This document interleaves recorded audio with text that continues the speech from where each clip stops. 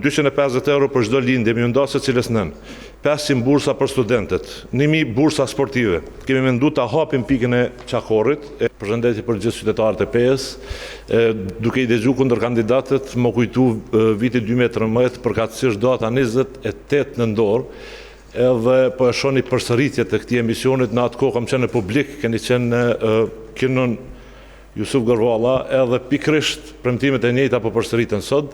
Sot në PE kemi një gjendje ndryshe, e kemi situatën bardhëzi, e kemi përballjen mes të shkumes dhe të ardhmes, e kemi përballjen mes progresit dhe regresit.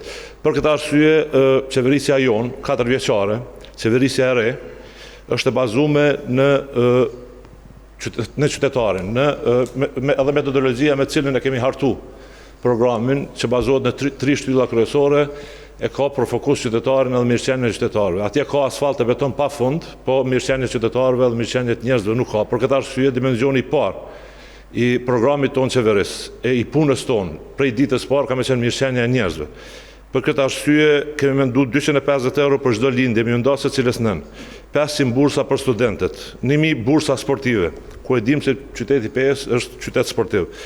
Për banimin e përballueshëm, vetë se kemi filluar projektin për ndërtimin e 135 banesave, ku 32 prej tyre do të shkojnë për banimin social, ndërsa pjesa tjetër për banimin e përballueshëm për shiftet e reja. Për bujqit subvencioner prej 5 deri në 10 euro për kokë të zgjedhjet, përveç subvencionit që tashmë dihet që e ka nda edhe qeveria e Kosovës.